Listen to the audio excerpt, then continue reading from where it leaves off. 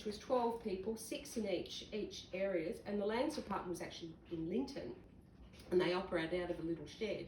So they would go around and cut back the gorse, the weeds, the blackberries, and the Forest Commission would manage the treed areas. So government decided at one point to remove those roles and remove those responsibilities, and there's nobody for the last 30 odd years or more that is responsible for managing our environment.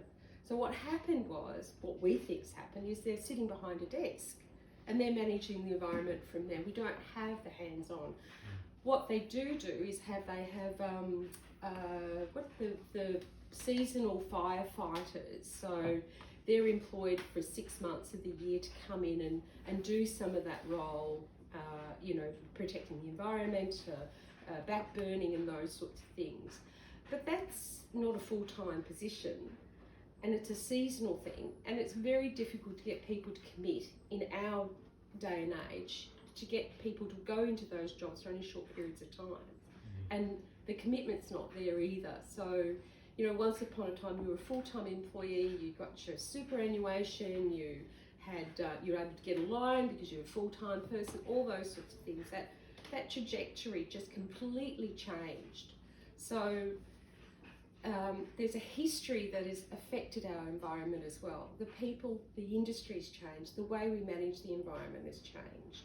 So I've come to this point saying it's getting worse. What happens in 100 years' time when all these self-seeding pines from the pine plantations have just started to just slowly erode away our natural environment? So no one's considered or even thought about that, let alone what the impact of the bushfire might be, with smaller, different levels of growth in the forest, and the mix of species in the forest as well. So these are sort of some of the historical things. How do we change that?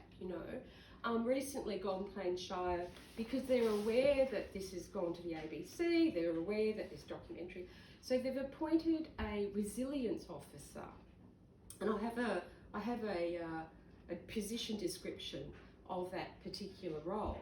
But that resilience officer is going to teach us how to keep our grass cut and how we're going to keep our vegetation low around our houses. But this is only 10% of the problem, and we can cut our grass and keep our vegetation low. But what's across the road and what's all around Linton is what we're worried about. So the belief is, we'll tick this box. So if anyone questions that we're not doing the right thing, we can say, yes, we are. Here's this resilience officer.